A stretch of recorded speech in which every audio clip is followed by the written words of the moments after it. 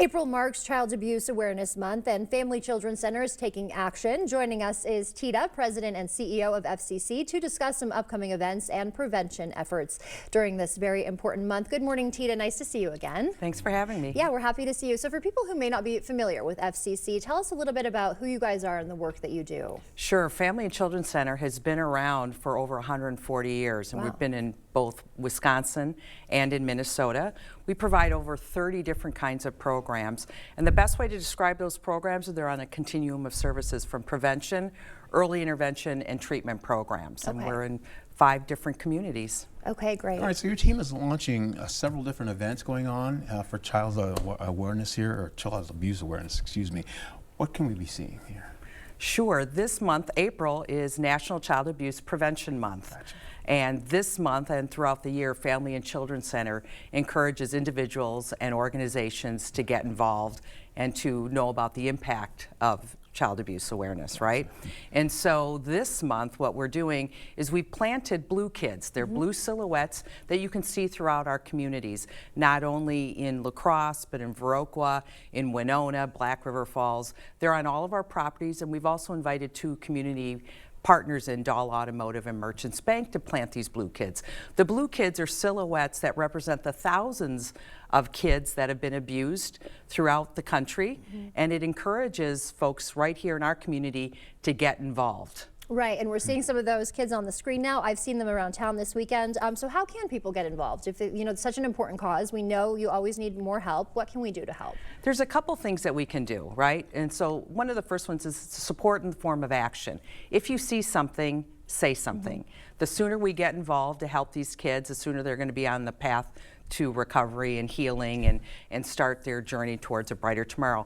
Certainly the other thing is support in the form of contributions. It's the community's contributions that help our programming, our prevention programming, like our Child Advocacy Center, continue to run. And those programs help our kids start their journey towards healing. Okay, great. So we're protecting the kids as well, which is a good thing. What about the folks that try to help, that try to step in? How are they protected?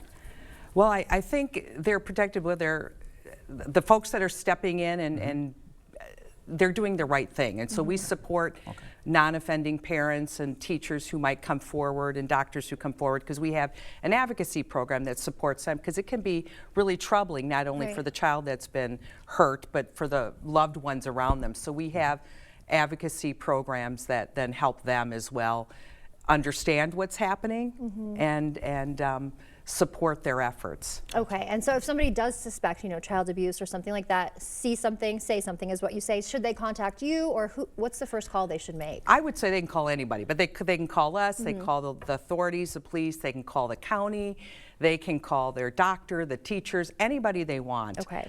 See something, say something. Let's get these kids healthy. Right, try to get that started there. Okay, and so what impact do these awareness activities have on your prevention efforts? Well, I think it creates an awareness that this is happening. I don't think people realize how prevalent child abuse is. Right here in our community, last year alone, our Child Advocacy Centers did interviews for 541 kids between Winona and La Crosse, right? So that's a lot of kids. So I don't think those awareness activities help shed a light on what's going on in our community and encourages people to have conversations and to get involved. And did you realize, and oh my goodness, and the little Johnny down the street hasn't been around for a while. What do you think? It gets people talking. It gets people comfortable with the topic, because sometimes people are not comfortable talking about it. And we don't want to sweep it under the carpet. We want to bring it out, because we want these kids, if they've been hurt, to get help.